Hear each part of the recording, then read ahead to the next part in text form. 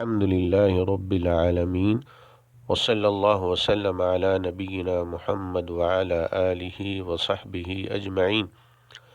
ہمیں اللہ تعالیٰ کا شکر ادا کرنا چاہیے کہ اللہ تعالیٰ نے زندگی اور تندرستی دی اور یہ مبارک مہینہ یعنی رمضان المبارک نصیب فرما کر ہمیں ایک بار پھر موقع دیا کہ ہم تمام گناہوں سے سچی توبہ کر لیں اور اپنے خالق و مالک اللہ تعالیٰ کو راضی کر لیں۔ یقیناً رمضان المبارک کا نصیب ہونا یہ اللہ تعالیٰ کی بہت بڑی نعمت ہے، لہذا ہمیں اس کی برکات سے بھرپور فائدہ اٹھانا چاہیے۔ جب رمضان المبارک کا مہینہ شروع ہوتا تو رسول اکرم صلی اللہ علیہ وسلم صحابہ کرام کو اس کے آنے کی بشارت سناتے اور انہیں مبارکباد دیتے۔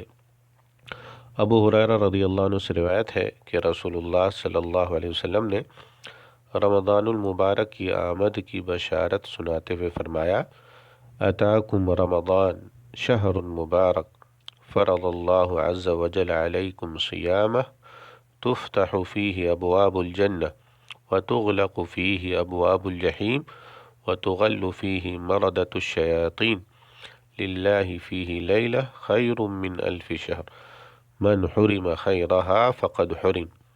تمہارے پاس ماہ رمضان آ چکا ہے جو کہ برکت کا مہینہ ہے۔ اللہ تعالیٰ نے تم پر اس کے روزے فرض کیے ہیں۔ اس میں جنت کے دروازے کھول دیے جاتے ہیں اور جہنم کے دروازے بند کر دیے جاتے ہیں، اور اس میں سرکش شیاطین جکڑ دیے جاتے ہیں، اور اس میں اللہ کی ایک رات ایسی ہے جو 1000 مہینوں سے افضل ہے۔